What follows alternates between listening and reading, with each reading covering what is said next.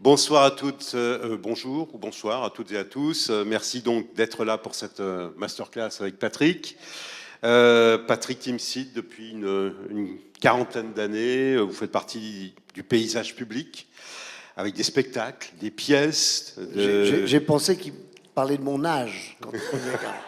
Et non, oui, 40 ans Vous êtes né avec le de spectacle. métier. Pardon. Des spectacles, des pièces de théâtre, des émissions de télévision, des films. Je crois que vous avez même fait de la radio à Europe 2. Oui, un mois. Oui, bah ça compte. C'était non, mais c'était le contrat. Hein. J'ai dit je le fais un mois et c'est Johnny Hallyday qui avait signé le décompte final 5, 4, 3, 2, 1, 0 et l'émission a disparu. Le temps de mettre un boxon pas possible chez Europe 1. Vous êtes devenu un familier de la vie des Français. Vous nous direz tout à l'heure si c'est un plaisir forcément ou si ça suppose quelques contraintes. Au cinéma, vous avez tourné avec beaucoup de monde, beaucoup de réalisateurs, et non des moindres. Alain Corneau, Patrice Lecomte, Gérard Houry, Gérard Jugnot, Colin Serrault, bien sûr, Alain Chabat, et beaucoup d'autres. Vous avez même vous-même réalisé plusieurs films dans lesquels vous n'avez pas toujours joué. Enfin, 3 films, je crois. Nous allons aborder quelques moments clés de votre carrière, votre rapport au rire, au burlesque, à la comédie, en particulier au cinéma, même si cela serait vous réduire que de vous limiter à la comédie, parce qu'il y a beaucoup d'autres choses. Et notamment, il y a toute une partie quand même de travail théâtral, notamment dans les dernières années, sur un registre plus grave quand même. Vous avez fait aussi beaucoup d'autres choses. On pourra parler aussi de votre implication sociale, qui n'est pas négligeable, loin de là. Vous êtes né donc à Alger, et dans une famille juive séfarade. On est en pleine guerre d'Algérie, et vous avez quitté l'Algérie, mais très très jeune, 2 ans ou 3 ans, je crois. J'ai suivi mes parents, Ouais. forcément. Donc j'avais 2 ans, absolument, donc assez tôt. Alors, vos parents qui tenaient un commerce à Alger? Oui, une maroquinerie. Mon père Maroquinerie. était maroquinier et on a déménagé. On a eu. J'ai vraiment réalisé mon destin, ma vie, en voyant les images en Ukraine. J'étais à Kiev une semaine avant les premiers bombardements parce que je tournais un film. J'avais eu l'occasion donc de me faire des amis avec un film avec Jean-Claude Van Damme pour Netflix. Et à Kiev, où j'avais passé un sublime moment, j'y ai gardé des amis et on était en terrasse. Pour vous dire que la guerre, c'est fou ce que j'ai découvert aussi, pour avoir été aussi au Tchad, au Darfour et tout ça, parce que je suis un curieux, je ne suis pas un aventurier, je suis juste curieux de savoir ce qui se passe en même temps, sur la même terre, à quelques heures d'avion. Donc, et c'est vrai que j'ai réalisé quand j'ai vu ces gens déplacés, et mon père vient voir ma mère, la caserne d'en face de la maison visiblement a été bombardée, moi j'ai été complètement balayé par le souffle et sauvé par un store de toute la verrière qui avait explosé, 1 heure pour faire les valises, et on a quitté l'Algérie en 1 heure. Et c'est en voyant ces images de l'Ukraine et de ces gens qui se déplaçaient comme ça avec ces sacs poubelles. Ouais. C'est pour ça que je voulais faire la journée du sac poubelle à un moment. C'est vrai, on parcourra si je suis moins bavard, on pourra aborder le parcours associatif. Mais c'est vrai, pour voir aussi, je me disais, j'ai eu cette idée de me dire, on devrait faire la journée du sac poubelle. Le sac poubelle, c'est pour moi l'image de quand on déménage, de ce qu'il y a de plus pratique. Le sac poubelle, ça transporte vos affaires, ça vous protège de la pluie, et ça vraiment, on peut s'en servir de botte, enfin, et de voir quels sont tous les gens qui nous entourent, qui sont issus de l'immigration. Et d'avoir une journée comme ça, où les gens mettraient leurs affaires, leurs cartables, leurs sacs à dos dans des sacs poubelles, pour ceux qui sont en blouse blanche, parce que figurez-vous qu'il y a les médecins aussi, et pas des moindres, avoir un pin, ce sac poubelle pour voir l'immigration. 1 heure pour quitter l'Algérie. Est-ce que cette question du départ forcé était vécue par vos parents comme une amertume, comme ça a été le cas pour beaucoup de rapatriés, ou au contraire une occasion de redémarrer quelque chose, peut-être d'une ouverture d'esprit vers autre chose? Écoutez, c'est formidable ce que vous dites pour y penser, parce qu'on a toujours l'impression que les rapatriés d'Algérie sont des gens, vous savez, on caricature souvent, et puis parce que c'est une grosse partie du séfarade qui dit j'ai tout perdu, une main devant, une main derrière. Ben non, mes parents non. Mes parents, c'était l'Eldorado. Mon père n'avait pas grand-chose en Algérie que cette petite boutique de maroquinerie. Et donc, le fait d'arriver, il voulait arriver à Marseille. Ma mère avait de la famille à Paris. On s'est retrouvé à Paris. Et donc, je suis très heureux. Hein, j'ai été place de la République dans cette maroquinerie qu'avait acheté mon père. Et figurez-vous que j'ai été élevé avec les Algériens, avec les musulmans qui venaient. Mon père avait vendu sa petite maroquinerie à Alger et il a été payé jusqu'au dernier sou par monsieur Madi. Donc, pas de cette nostalgie dans laquelle ont pu vivre certains pieds noirs, on a tout perdu. Mon père, c'est en avant, on peut tout gagner. Et aussi, les musulmans, les Algériens, on a vécu ensemble. Est-ce que vous pourriez situer ce moment précis, peut-être dans l'enfance, où a pu germer le sens de l'observation qui va être le début d'une réflexion sur le jeu, sur la comédie? Alors, je veux pas non plus faire des raccourcis qui font que tout d'un coup, ça va se retourner contre moi et les Juifs en général. Mais le commerce, je suis élevé dans une boutique, oui, un magasin au carreau du Temple. Je ne sais pas si vous voyez bien où c'est, situé dans Paris. C'est vraiment place de la République, le carreau du Temple. Ça gueule de partout. Mon père y a laissé sa voix. C'est une voix collective. Mes fils l'ont déjà. C'est mon ORL, elle m'a dit, ne me citez jamais en pensant me faire de la pub. vous simplement, vous parlez, vous ne respirez pas, monsieur Timsit. Donc on est tous cramés, c'est vraiment, et puis les reflux aussi. Le piment fait qu'on a des reflux et les cordes vocales qui sont brûlées, quoi. Donc c'est ça, cette voix cassée. Et donc, quelle était la question? Est-ce que c'est ce moment, donc, oui, dans l'enfance, l'observation, oui, voilà, qui génère le goût pour la comédie? Attendez, moi j'appelais mon père Monsieur André. À la maroquinerie, vous appelez pas papa, vous êtes vendeur. Vous avez 4 ans, vous avez une blouse et un chiffon. Et vraiment, je me régalais, parce que ma mère ne voulait pas que j'aille jouer au square. Trop dangereux. Elle préférait que je joue sur le trottoir, devant la maroquinerie. Et donc, du coup, quelle merveilleuse idée. Vous avez 4 ans, vous jouez à monsieur l'épicier, madame l'épicière, pas avec votre petite cousine, mais vraiment dans la vraie vie, et vous faites des ventes, vous avez votre petit carnet sur le parapluie, sur le cabas, et votre grand-père est à la caisse, vous allez sur ses genoux pour qu'il vous chante des chansons grivoises. Ma mère était très en colère contre lui, et vraiment, mon père nous parlait en chiffres. Donc moi, c'est des secrets que je peux dévoiler maintenant. J'aurais pas pu le faire à l'époque, parce que mon père parlait en chiffres pour que personne comprenne. Et donc c'est dingue, c'est ça aussi. Évidemment, l'imaginaire. Mon père me disait, tiens, monsieur Patrick, là, oui, monsieur André, allez chercher le petit 218, là, le modèle pour madame. Le 218, c'était le rossignol. C'était celui le sac que personne n'arrivait à vendre. Et comme il était rempli de poussière, il disait, mettez un petit coup de 709. 709, c'est le chiffon. Et donc, hop, un petit coup de 709 sur le 218, et hop, on le présente à madame. Et vraiment, j'ai vendu ma première paire de chaussures. Après, on va dire que je suis fétichiste, possible, mais ça reste tout à fait avouable. Quand vous vendez votre première paire d'escarpins JB Martin rouge à une dame qui est ravie de la vente et que vous avez 4 ans, c'est un souvenir inoubliable. Oui, c'est vrai qu'il y avait ce côté, et dans le jeu, et dans la vraie vie. Et... La vente a été le premier théâtre, en fait. Oui, la vente, mais alors c'est pour ça que je voulais pas tomber dans cette Oui. caricature. Il y avait cette ambiance, on dormait dans la cuisine, on va pas chialer, j'ai manqué de rien.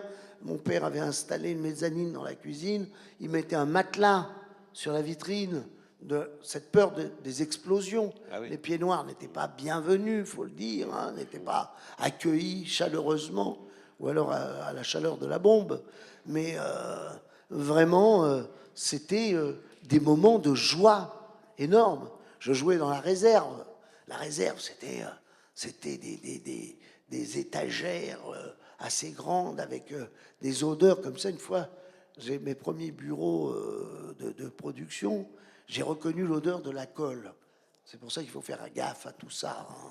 Arrêtez de sniffer la colle, on s'y attache. Hein.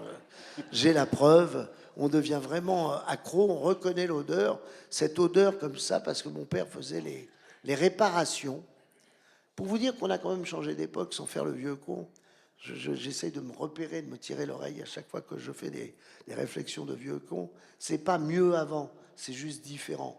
Mon père était un tellement bon artisan qu'il faisait les réparations pour Hermès. Est-ce que vous savez comment Hermès payait mon père? Et c'est pas pour pleurer, mais au contraire, pour vous dire à quel point la vie, quand même, elle prend une allure. Il le payait en ferrure.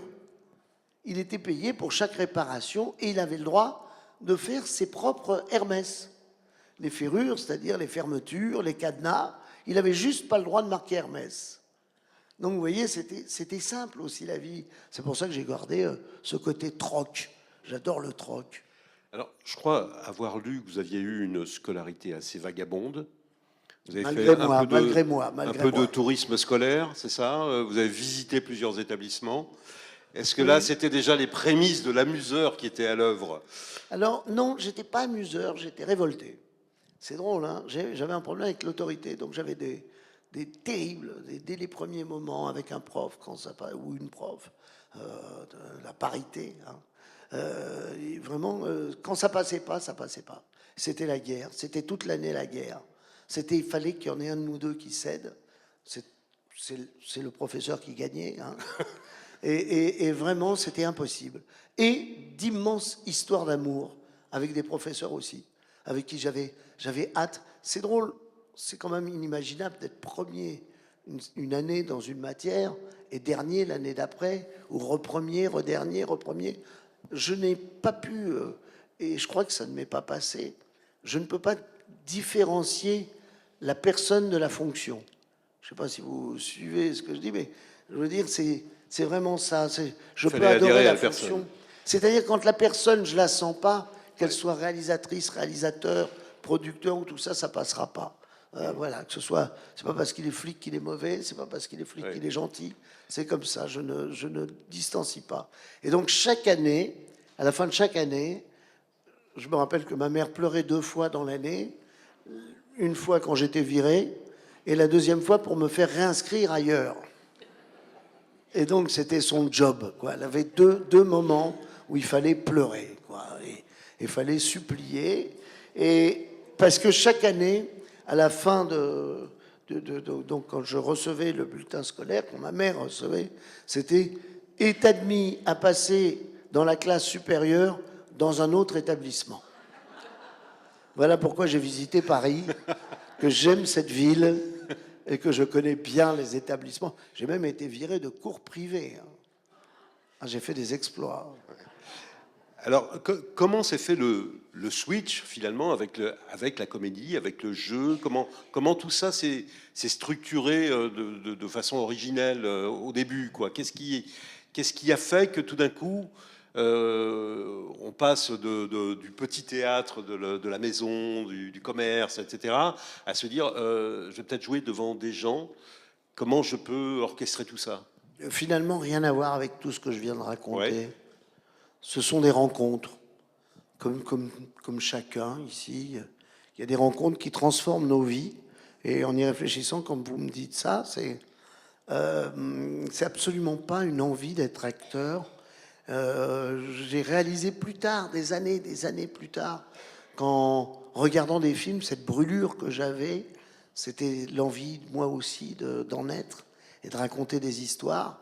Et en fait, j'étais en sixième, je ne sais pas si ça veut dire encore quelque chose aujourd'hui, mais j'arrivais la première année au lycée Carnot, et j'avais, comme je vous le dis, des histoires d'amour où je nage très très mal, j'allais dire pas, parce que mon professeur de français me faisait mes mots d'absence pour ne pas aller à la natation. Donc il faisait, mon fils ne pourra pas assister à la natation. Mon prof de français, hein, au lycée Carnot. Donc quand je vous dis c'est des histoires d'amour, c'est des histoires d'amour, quoi. Pour que je puisse répéter des sketchs que j'avais écrits, ou des récitations.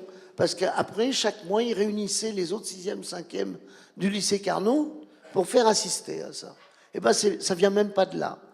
C'est ma mère, donc il a convoqué ma mère, il lui a dit il faut absolument qu'il fasse du théâtre, il faut absolument. Et ma mère dit bon, ah bon, vous imaginez la pied noire à qui on dit votre fils doit faire du théâtre, ah oui, mais pourquoi? Mais parce que, alors elle va se renseigner dans un cours de théâtre, et je me rappellerai toujours, c'est gravé. Je suis tout petit, donc j'ai à peine 10 ans, parce que j'avais 1 an et demi d'avance. J'étais virable, mais pas redoublable. Parce que j'étais bon. En plus, pour faire chier, j'étais pas mauvais. Et ça aurait tout simplifié. Hein. Allez hop, il est mauvais, on le dégage. Non, non, moi, il fallait absolument que je sois bon. Et le professeur, enfin, je sais pas qui, a dit, mais il est très très jeune. Vous savez qu'au théâtre, on peut faire des scènes où on embrasse sur la bouche. À ma mère. Elle a dit, bah non, je vais pas l'inscrire. Voilà, madame. Je crois que c'est plus raisonnable de ne pas l'inscrire. Donc, c'était un bon psychologue. Il avait repéré qui était ma mère, hein, visiblement. Il ne voulait pas de moi. Il a eu l'argument choc. Donc, pas du tout. Et puis après, j'ai continué ma scolarité, comme je l'ai dit. Et j'avais un chien, comme quoi, vous voyez, la destinée. J'avais une briarde, une assez grosse briarde. Et justement, je la promenais tous les soirs, hein, 1h30, 2 heures, au bois de Boulogne. J'étais dans l'immobilier, loin d'imaginer que je pouvais arriver dans ce domaine, ce secteur. Et tous les jours, à la même heure, il y avait Jean-Michel Noiret, qui n'a rien à voir avec Philippe Noiret, mais Noiret, qui avait un atelier de théâtre et qui me disait « faut que tu viennes, viens, tu nous fais marrer ». Et moi, je trouvais que faire marrer, c'était pas du tout ma volonté. Je trouvais ça, j'ose dire, facile, vulgaire, puisque je le faisais tous les jours et que ça faisait marrer. J'ai après pris une petite leçon qui m'a montré le contraire. Et donc, au bout de 6 mois, un jour, j'y vais. J'étais donc dans l'immobilier, j'avais mon agence. J'arrive dans une cave, dans un théâtre, un sous-sol, une salle de répétition. Il me demande de faire une impro, tout de suite. Enfin, au bout d'1h30, de gens qui venaient passer des autres élèves. Enfin, ce n'étaient pas des élèves, c'était un atelier. Donc, des camarades, hein, qui sont devenus des camarades, qui passaient des scènes. Il me dit, fais une impro. Oh, je dis, bah quoi, une impro? Je fais une impro, les gens rient.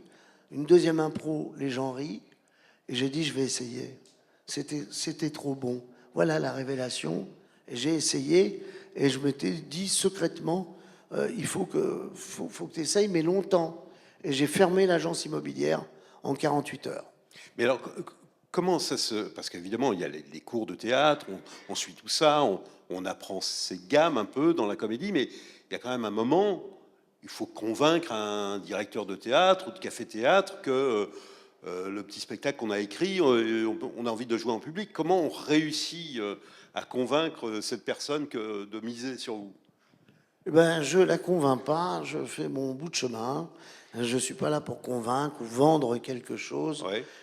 On est là, on fait du théâtre 18 heures par jour. Comme je disais, c'était pas un cours, c'était un atelier. On faisait des extraits de scène et des extraits de scène et des extraits de scène. Et comme on était au sous-sol d'un théâtre, le monsieur Condroyer, on n'oublie pas certains noms, Claude Condroyer, directeur du théâtre du Rhin-de-Lague, nous prêtait le théâtre et on pouvait monter presque à la surface. Et j'ai fait donc des pièces de théâtre de Shakespeare pendant 4 heures de temps. Les gens ont vraiment payé pour que j'apprenne. Hein. ouf, ils ont souffert. Hein. Je peux vous dire, bah oui, c'est toujours la pièce de Shakespeare que personne n'a montée, la plus longue, celle qu'il faut monter. C'est pas vrai, c'est pas vrai, faut pas la monter. Ou alors faut la monter autrement, mais j'en pouvais plus de voir ces gens souffrir. Alors de temps en temps, je faisais des impros qui faisaient que mes camarades n'étaient pas contents, quoi, en disant non, t'as pas le droit de faire ça. C'est vrai, ils avaient raison, mais je ne pouvais pas supporter de voir ces gens souffrir. Et j'ai fait les premiers spectacles. Alors, il y a eu, je crois, le premier spectacle vraiment marquant, c'est Les femmes et les enfants à mort, c'est ça? Alors oui, ça a été le premier succès. Oui. Mais avant, il y avait Vous eu avez joué à problème. Avignon? Oui, j'avais joué à Avignon, relax. Et vraiment, j'ai eu quelques années, je ne me voyais pas galérer. Mais il y avait peu de gens. Mais il n'y avait aucune raison qu'il y en ait plus. Donc moi, je m'éclatais. Je jouais à 15 heures, il faisait 40 degrés dans la salle. On mettait des seaux d'eau pour essayer de rafraîchir. Et voilà, ça allait entre de 4 à 14 personnes. Et franchement, on se marrait bien. Et c'est cette école-là, en fait, du quotidien du café-théâtre, est-ce que vous avez la sensation que c'est vraiment là où on peut apprendre vraiment des choses, notamment dans la réaction du public, parce que tous les jours, on a l'occasion de remettre en cause en fonction des réactions de la veille. Alors, moi, en fait, je viens pas trop du café-théâtre. Ouais. Moi, je voulais vraiment faire du théâtre. Et comme je vous dis, et même mes premiers spectacles en solo, je les écrivais et c'était plutôt des personnages, plutôt des choses qui se voulaient un petit peu à télo et qui n'étaient pas forcément extrêmement d'un grand niveau. Mais j'avais le mérite de les défendre et tout ça. Et c'est après que j'ai fait, en 90, il y a eu ce choc pour essayer de gratter quelques années pour pas qu'on soit là encore demain matin. Mais en 90, il y a eu effectivement Les femmes et les enfants à mort au Café de la Gare, qui a été le premier succès. Qui était un gros succès. Voilà. Ouais. Et puis après, j'ai eu le Splendide, qui a été un gros bide. Et puis après, années 90, la rencontre avec deux auteurs, parce qu'on nous rassemble pour faire une émission de télé. J'ai quelques émissions de télé qui sont dans les tiroirs. Je sais pas, comme si on voulait être viré, quoi. Comme si on faisait exprès, quoi. On avait fait un... Et avec Bruno Gassio et Jean-François Alain, les célèbres auteurs des Guignols de la grande époque, comme je disais, pour les taquiner, mais c'est vrai. Et on avait écrit un show André Lamy. Je ne sais pas si vous voyez qui est André Lamy. Un imitateur. Voilà, Ouais. belge, Ouais. qui était là pour remplacer le Luron, qui avait les mêmes producteurs et qui ont fait la même coupe de cheveux et qui l'ont mis dans le même costard. Et malheureusement, ça n'a pas trop marché pour lui.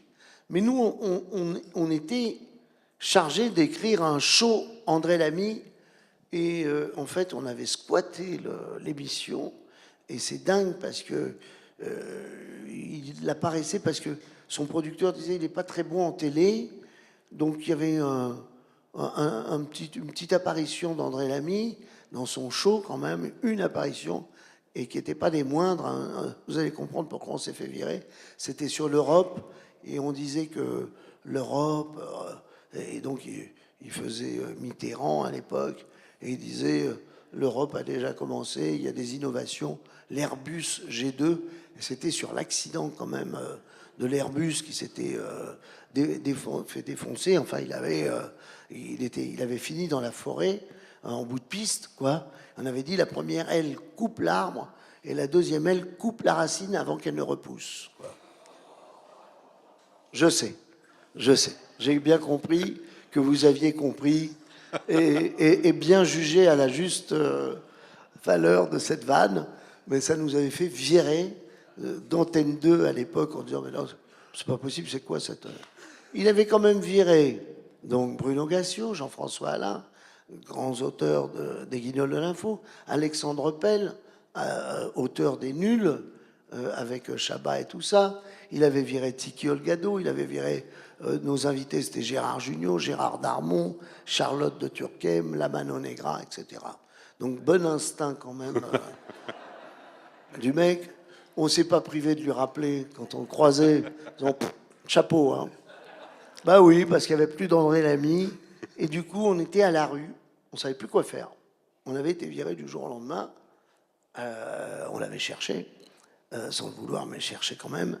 Et du coup, on s'est mis à écrire mon one-man show. Et celui-là, ça a été vraiment un virage.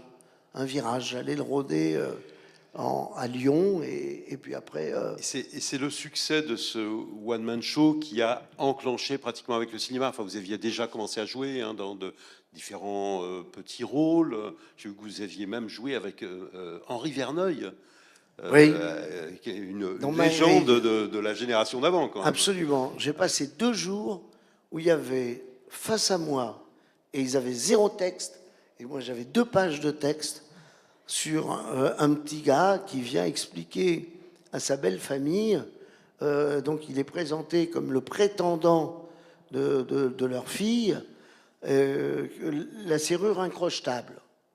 Et vous allez comprendre pourquoi j'insiste là-dessus.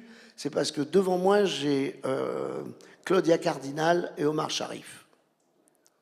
Et ils sont là, et Omar Sharif a jamais raté plus jamais raté un de mes spectacles, parce qu'il m'a toujours dit, je disais à Henri, c'est quoi cette scène de merde? Il faut couper cette scène. C'est quoi 2 pages de serrure incrochettable? Et nous, on est là, on écoute.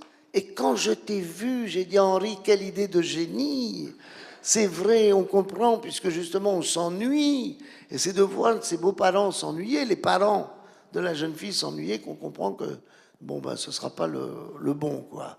Et vraiment, donc, tout ça pour enchaîner et dire que, oui, il y a eu des petits rôles comme ça avant le rôle. Le rôle, c'est La Crise avec Colin Serrault, donc très gros succès, 2 300 000 entrées, Ouais, 2 qui a millions placé 8, 2 800 000 et qui a placé aussi sur orbite Vincent Lindon. Donc tous les deux, oui. vous avez été vraiment. On est jumeaux. Vous le savez, vous êtes jumeaux de succès et jumeaux de la vraie vie. Ouais, ouais. On est né le 15 juillet 59. Tous les Chaque deux. année, oui, on s'appelle pour. Alors, donc vous jouiez Michou. Mais on se voit entre 2 anniversaires, quand même. Le personnage, c'était Michou. Oui. Je me demandais comment, justement, Colin Serrault, qui est très fine observatrice des sentiments contemporains, etc., comment elle vous dirigeait, sur quoi elle insistait? L'intention, le tempo, le placement, qu'est-ce qui comptait pour elle? Tout. Ouais. Tout. C'est une chef d'orchestre. Vraiment, et quand on revoit le film, je me vois pas et je me revois encore moins. Mais ce film passe encore, et j'ai dû le présenter même une fois à New York. Vraiment, ce film, c'est une partition, quoi. Donc le rythme, évidemment, le texte, c'est à la note près. Les ouvertures de sens, les fermetures de sens, le rythme, l'écoute, le jeu, la vérité. Tout était... C'était 40 prises par grosseur de plan. On peut pas trop réaliser quand on fait pas de cinéma, mais 1 prise, 2 prises, 3 prises, 10 prises, c'est que vous ramez déjà un peu. Mais 40 prises, chaque acteur ou actrice avec Colin Serrault s'est vu virer, quoi. On s'est dit, mais je suis cuit, enfin, elle veut pas de moi. Non, c'est sa façon de travailler. Elle est vraiment, c'est vraiment elle qui a fait ce film. Ça sort d'elle. Vous n'aviez pas conscience de tous ces détails dans le jeu du cinéma avant cette rencontre? Oui, ça fait partie aussi de l'apprentissage. Ouais. C'est-à-dire sur chaque film, encore aujourd'hui, puisqu'on ne renouvelle pas ce qu'on a déjà fait. Je ne suis pas à chaque fois à la manière d'eux, à la façon d'eux. Sur chaque film, j'apprends. Et là, on a répété 8 semaines avant, ce qui ne se fait pas. 8 semaines avant d'attaquer le film. Et puis, chaque jour. Et je jouais mon spectacle en même temps. Donc, on m'avait déconseillé, vraiment les amis proches qui auraient fait une erreur, peut-être, c'est sûr. On me disait, c'est ou one-man show ou film. Mais tu ne peux pas enfoncer 2 clous à la fois. Le risque schizophrénique, un peu. Ouais, et en fait, je ne pouvais pas passer à côté de ce film. Ouais. Donc, je l'ai fait. Et ça a été le one-man show et le film. Donc, le film, mais le one-man show à côté, c'est là où vraiment il y a eu le Tristan Bernard, le Palais des Glaces, et un démarrage. Et aujourd'hui, au cinéma, sur les plateaux, est-ce que vous privilégiez plutôt les les répétitions avant de tourner, ou est-ce que vous préférez jouer la spontanéité avec vos camarades de jeu sur le plateau? Je jouerai la complicité avec le réalisateur ou la Ouais. réalisatrice. Donc C'est ce s'adapter. qu'elle veut, ce qu'il veut, Ouais. comme elle veut, comme il veut. C'est vraiment le plus important, c'est de savoir ce qu'on, aujourd'hui, je dirais, ce que je raconte, ce que je suis, ce que je vis. Je veux jouer le moins possible, je veux vivre le plus possible, et donc je n'ai pas de recette ou d'habitude je fais comme ça ou C'est une adaptation en fonction de la personne. absolument. Ouais. S'il veut pas qu'on se rencontre avant, on se rencontrera pas. S'il veut qu'on se rencontre, on se rencontre. Et je vous dis, la réalisatrice, ouais, j'ai eu la chance de tourner avec des réalisatrices aussi, et elles ont une sensibilité où elles viennent chercher chez moi du rien. Ne fais rien. Sois toi. Elles voient des choses qui sont une sensibilité, donc j'ai pas intérêt à avoir des tics des c'est convenu de faire comme ci ou comme ça. Alors, il y a eu des très très gros succès au cinéma. Ensuite, je vais juste vous redonner quelques titres pour qu'on se remémore. Hein. Paparazzi en 98, pratiquement 1 million d'entrées. Le bal des Casse-Pieds avec Yves Robert, c'est ça? Oui, oui, absolument. 1,3 million. Quasimodo del Paris que vous avez réalisé Ouais. avec Richard Berry, pas loin de 2 millions. Donc la crise, on l'a dit, en 92. Les 11 commandements en 2004, 3 millions. Pédale douce en 96, 4 millions. Et puis, les deux hits absolus, sur la piste du Marsupilami avec Alain Chabat, 5 millions 3. Et Un Indien dans la ville, énormissime succès, en 94, pratiquement 8 millions. On voit que ça se répartit sur pas mal d'années, tout ça, hein, même s'il y a un pic dans les années 90. Et à ce moment-là, on va vous voir beaucoup dans les médias. Vous allez avoir beaucoup de sollicitations, parce qu'évidemment, ces succès attirent l'attention de la presse, des télés, des radios. Comment vous l'avez vécu, cette partie-là du travail? Est-ce que c'est un plaisir qui est en continuité du succès, ou est-ce que c'est une contrainte avec laquelle il faut faire avec? Non, j'appellerais pas ça contrainte. Je dirais c'est une conséquence.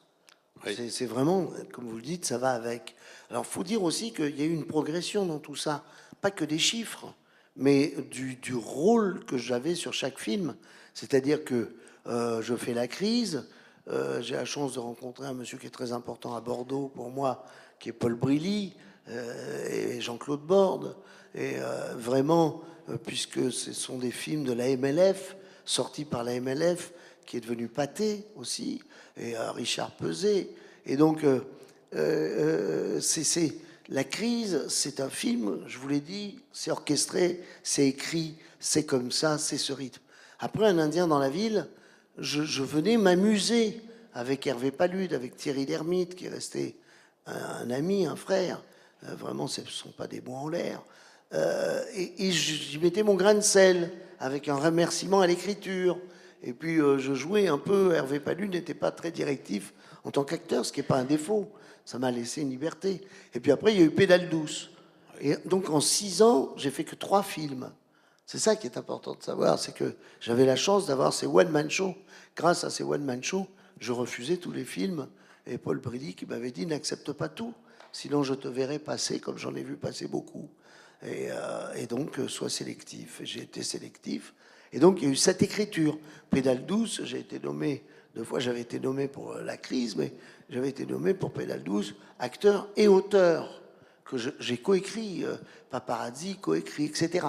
Il y avait donc, voilà, et puis après, Quasimodo, où je réalise. Donc, toutes ces choses-là, c'est pas arrivé comme ça avec des coups de marteau, mais c'était une construction, non pas de carrière, parce que j'ai pas de plan de carrière, mais de plaisir. Oui. Et l'enchaînement donc avec la réalisation a été presque direct, une conséquence de ce travail de l'écriture que vous faisiez sur les spectacles. Donc il y a 3 films, donc Quasimodo del Paris, Quelqu'un de bien et L'Américain.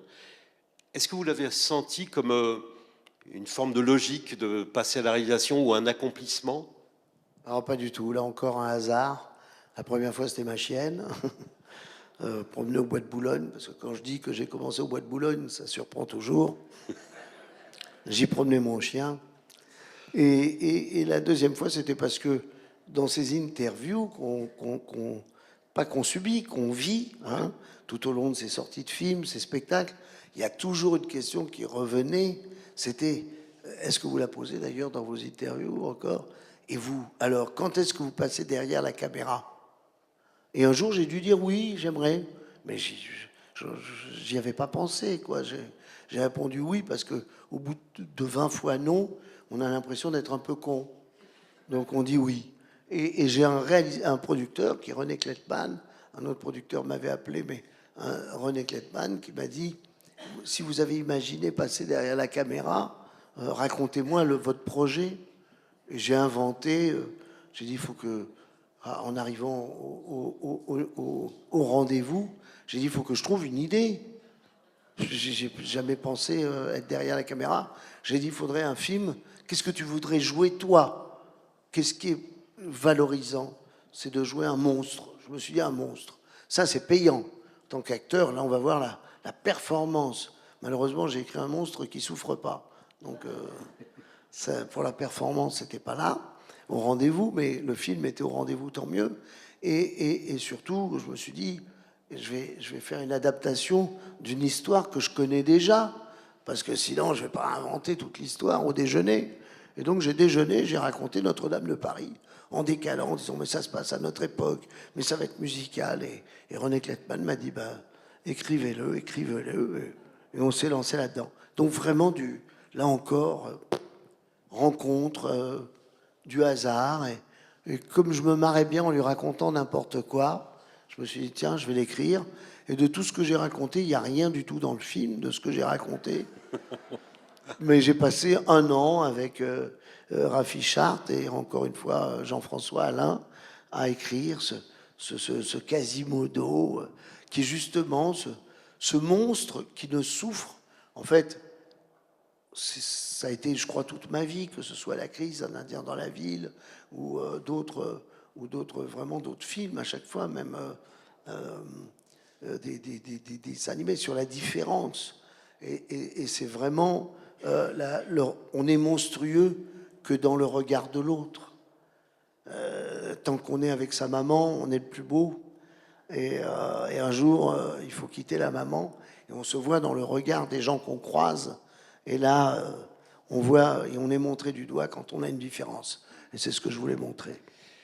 Est-ce que vous auriez envie aujourd'hui de revenir à la réalisation, de refaire un film pas Oui, forcément une comédie d'ailleurs, non, non, peut-être autre chose? ben, pas pour réaliser, mais il se trouve qu'en ce moment, j'y travaille. Et Ouais. en me disant qu'à la fin de l'été, j'aurai la réponse. Je relis mon travail et je me dis, est-ce qu'il faut le faire ou pas le faire? Donc je vais le faire cet été, en détente, comme ça, enfin en détente. Ça va être décontracté comme Ce soir, ambiance. ici à Pauillac, dans la chambre. Oui, oui, donc je serai dans le Gard. Je serai gardois cet été, chez moi. J'ai l'impression que je me suis inventé des racines. Quand on est né en Algérie, qu'on a défilé, passé son temps en place de la République à Paris, un jour j'ai trouvé par hasard encore un petit village de 200 habitants dans le Gard, avec des protestants. J'ai été accueilli, les bras ouverts. Enfin, il faut toujours un petit peu de temps. C'est là où c'est vous ce avez que monté j'aime. ce festival, À côté du ZES, à côté absolument. du ZES, festival Oui. de théâtre, de one-man show. Alors, de seul en scène. De seul en scène, ouais. Parce qu'il y a aussi de la danse, c'est multidisciplinaire. C'est de la musique, vous avez de Pietra Gala, Manu Payet, Michel Jonas, Stéphane Echer, Marine Léonardi, Et c'est vous le directeur Constance. artistique? Oui, c'est mon idée, c'est mon festival, Ouais. et je fais la programmation, oui, je suis directeur artistique. À partir des années 2010, en quelque sorte, peut-être tout le monde ici ne le sait pas, mais vous êtes revenu au théâtre sur des pièces plus graves que ce que vous aviez fait jusqu'à présent, Inconnu à cette adresse notamment, Les derniers jours de Stéphane Zweig, et puis le livre de ma mère d'Albert Cohen. Qu'est-ce qui vous a amené? Est-ce que c'était parce que c'était à ce moment-là, à cet âge-là, avec cette expérience-là, que vous aviez ce désir, cette envie d'aller vers ce type de théâtre? Je crois que je me suis jamais posé la question de savoir s'il fallait que je fasse une comédie ou un drame à tel ou tel moment de ma vie. Ouais. Je crois simplement que un jour j'y pense, ou ça m'est proposé. Inconnu à cette adresse, j'avais le plaisir de retrouver Thierry Lhermitte dans d'autres conditions et on l'a joué, mais partout, quoi, que ce soit New York, Montréal. Je vous conseille ce petit bouquin. C'est un bouquin de Taylor Kreisman et c'est tout petit et c'est la correspondance entre deux amis et c'est la montée du nazisme. Et vraiment, on ressent ce que peut ressentir l'Allemand qui rentre chez lui et qui voit cette montée d'Adolf Hitler et l'espoir qu'il représente chez les Allemands. Et ça, c'est fantastique. Et puis après, l'endoctrinement. Et puis après, les derniers jours de Stefan Zweig, où j'ai adoré le texte, où je me suis lancé dans cette aventure, avec Elsa Silberstein et d'autres. Mais je trouve que j'étais pas tout à fait le personnage.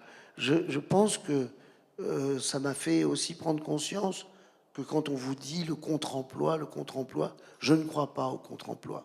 Je pense qu'il y a le plein emploi. Le plein emploi, par exemple, c'est Fanny Ardant dans Pédale douce. On va dire, ben non, on l'a jamais vu comme ça, quel contre-emploi. Non, c'est la bonne idée. La bonne idée d'avoir été chercher chez Fanny Ardant ce qu'elle est aussi. Ça, c'est le plein emploi. Si tout d'un coup, vous imaginez comme dans Stéphane Zweig, que tel ou tel acteur serait bien mieux que moi, parce qu'il a simplement ce caractère fermé, froid, presque cynique sur la vie, je me suis dit, merde, moi je vais être en 5e, et l'autre il va être en 3e, quoi. Et vous allez être à fond, et c'est pas bon pour les virages, quoi. Donc, et c'est après que le livre de ma mère, c'est encore une autre histoire. C'est 30 ans, il y a 35 ans maintenant, 40 ans depuis le temps que je le dis, je sais pas. 35 ans, je prends ce bouquin, justement, ce petit livre, j'en apprends un extrait pour le théâtre, là où j'étais, là à l'atelier. Et je me dis, toi et moi, on a rendez-vous. Et un jour, 35 ans plus tard, j'ai dit, ah, je crois que je peux. Je crois que je peux maintenant, parce que je vais le vivre, je vais pas jouer. Vous n'êtes pas posé la question, mais c'est venu quand même à ce moment-là, naturellement. Oui, c'est venu d'essayer, et une fois que j'avais pris le risque de le faire, de le faire. Ouais. Mhm. Alors, ces dernières années, vous avez joué aussi dans des films, hein, Tomber du camion notamment, il y a eu plusieurs films. Quel regard vous portez sur le cinéma d'aujourd'hui? Est-ce qu'il y a des gens avec lesquels vous n'avez pas encore travaillé, avec qui vous aimeriez peut-être travailler, des gens dont vous suivez le parcours dans le cinéma français? Alors, je sais que ça serait faire mon métier d'acteur, et malheureusement, je fais pas ça. Ouais. Je ne, je regarde, et quand je trouve qu'un film est bien, ben, je me dis il est bien parce que je suis pas dedans, parce que ça veut dire que la distribution est la distribution idéale pour ce film, et que ben, si tel ou tel réalisateur ne m'a rien proposé, c'est que c'est pas forcément qu'il m'aime pas, c'est qu'il n'y a rien pour moi. Ouais. Donc je ne rêve, moi vous savez mes rêves, à un moment j'ai compris que j'étais heureux quand c'était des rêves accessibles. Des rêves, c'est pratiquement quelque chose que je peux atteindre facilement.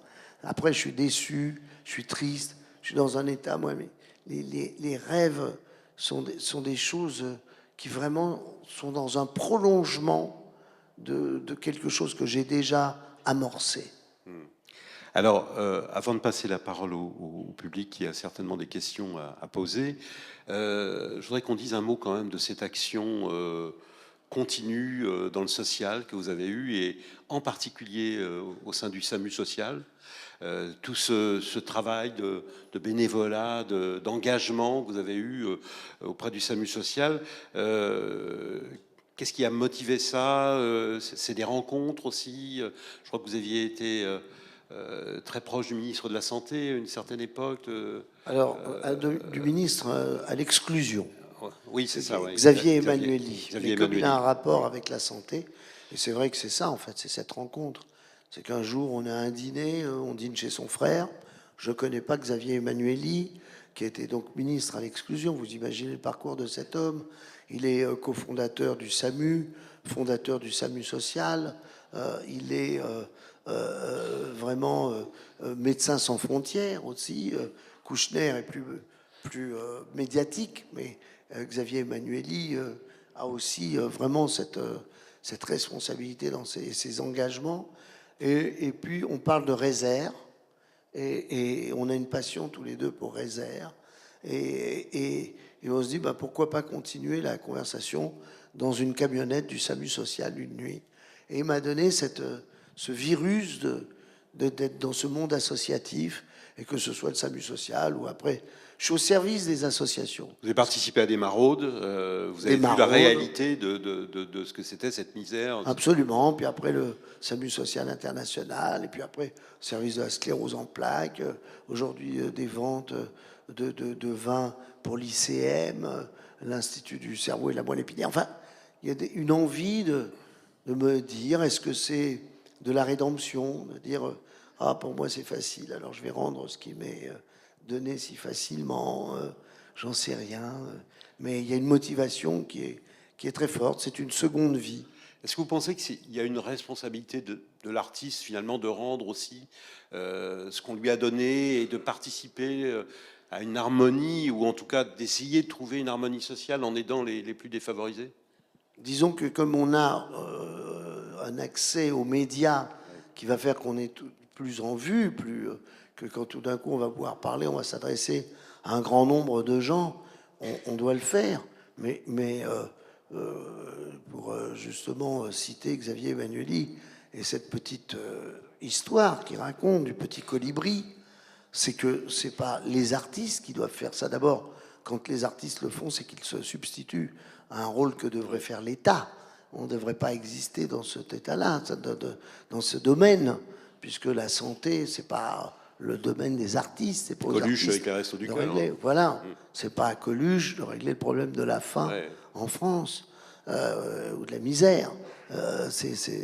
Et donc le petit colibri, c'est cette histoire que m'avait raconté Xavier en me disant il y a un incendie énorme de forêt, donc tropical, hein, parce que ici c'est très très fort en ce moment, ce qu'on vit là-dessus aussi. Et puis tous les animaux de la jungle se mobilisent pour éteindre l'incendie. L'éléphant, l'hippopotame, la girafe, ils vont dans un petit lagon, ils aspirent de l'eau et ils jettent ça sur les flammes. Et le petit colibri, qui est le plus petit oiseau, hein, donc va chercher une goutte d'eau dans son bec et le jette sur l'incendie. Et à un moment, il y a un éléphant qui le regarde et qui se marre, qui dit, mais qu'est-ce que tu fais? Et le petit colibri lui répond, je fais ma part. Donc oui, l'artiste parle à beaucoup, beaucoup de gens, mais si chacun de nous faisons notre part, c'est formidable aussi. Ça n'est pas réservé aux artistes. Ouais. Moi, quand j'ai des amis qui me disent « Ah, je ferais bien des maraudes au SAMU social », je dis bah, « Commence par arrêter ta voiture quand tu vois quelqu'un au sol, et puis tu auras fait la première maraude. » Alors...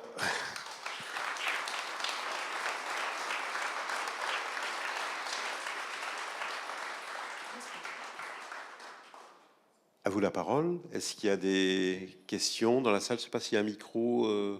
Oui, il y a un micro là. Est-ce qu'il y a des questions pour Patrick? Je suis tellement bavard que j'ai dû répondre à toutes les questions que vous vous posiez. Et je comprends ça. Il est temps de boire un petit coup. Non, les cuves ne s'ouvriront pas, rassurez-vous. Oui, non, mais c'est la première fois. Ah oui, j'allais dire, ils mettent pas d'eau ici. Il y a quand même de l'eau. Il y a aussi du vin. Hein. Oui, il y a aussi du vin, je l'ai vu. Quelle surprise. Mais si c'est pour me retrouver sur tous les réseaux sociaux, qu'est-ce que ça vous avait fait d'assister à la masterclass d'un alcoolique, hein? Merci bien. Vous avez vu, j'ai fait très attention, sous le regard d'André Paul, qui est là. Attention, on ne va pas boire en public. C'est très mal vu. Alors, est-ce qu'il y a des questions? Mais des bonnes questions. Ah oui, bah là, qui met la pression. On va intimider tout le monde. Hein. Mais il n'y a pas de mauvaises questions, rassurez-vous. Il n'y a que des mauvaises réponses. Oui, là-bas. Madame, là-bas. Madame là-bas. Enfin, je crois que c'est madame. Bonjour. Oui. Oui, c'est madame, oui, quand même. Excusez-moi. Je voulais savoir ce que vous pensez de Raphaël Quénard, parce que je trouve que vous êtes radicalement opposé physiquement, mais avec beaucoup de similitudes quand même dans le phrasé, l'humour et le parcours du mauvais élève finalement. Alors peut-être qu'un jour, vous aurez la possibilité de jouer avec lui, pourquoi pas? Est-ce que ça peut faire partie d'un de vos projets? Oui, pourquoi pas, parce que de toute façon, j'adore la jeunesse. Moi, j'aime ce qui est jeune, moi, j'aime ce qui bouleverse. Mais là, quand on me dit quel regard, ou justement, je n'ai pas à dire quel regard, je suis là, je suis que admiratif. Voilà. Raphaël Quenard, il m'a tout piqué. Hein, donc, voilà. C'est facile pour lui, maintenant que j'ai cassé tout le rocher, d'arriver derrière. Moi, s'il n'y avait pas eu Bedos, Coluche, Rézère, j'en serais pas là. Hein. Il y a beaucoup de points communs, c'est vrai. Non, il est authentique, j'aime beaucoup. Je l'ai repéré dans des films avant même qu'il soit. Puis il fait un succès avec son livre que je vais lire cet été, Oui. comme la plupart des gens certainement qui sont ici. C'est magnifique d'avoir une personnalité, d'avoir justement ce côté qui n'appartient qu'à lui, ces réponses qui lui appartiennent. Voilà, ça va nous changer de Philippe Catherine. Et de ses couilles. Il faut que je sorte une énormité par jour. Disons qu'elle est arrivée à 17h. Hein, c'est l'énormité de 17h. J'adore Philippe Catherine. Je me suis forcé à dire une bêtise comme ça, mais parce que moi je vendrais ma mère pour un bon mot. C'est vrai, elle est vendue d'ailleurs. Ne cherchez pas à l'acheter. Elle est encore là, à 96 ans. On a de la chance, il n'y a pas de réseau dans le Cuvier. Non, mais au contraire, franchement, quand je le crois, je trouve ça génial. Est-ce qu'il a fait? Mais voilà un ton qui est formidable. Je me souhaite évidemment de jouer avec lui et pourquoi pas, bien sûr, si on y pense. Je suis là. Merci. Merci. D'autres questions, peut-être? Ou interventions, ou pas forcément une question. Hein, ça peut être un commentaire ou une réflexion. Ne vous limitez pas. Non? Une fois, deux fois, trois fois? Eh ben, on va remercier Patrick de ce long moment. Merci beaucoup. Et de sa gentillesse, de sa sincérité. Merci. Et de ce parcours magnifique au service du public. Merci beaucoup. Merci. J'ai passé moi-même un très très bon moment avec vous. Et ça, c'est très important. Très. Merci beaucoup. Vous êtes libérés!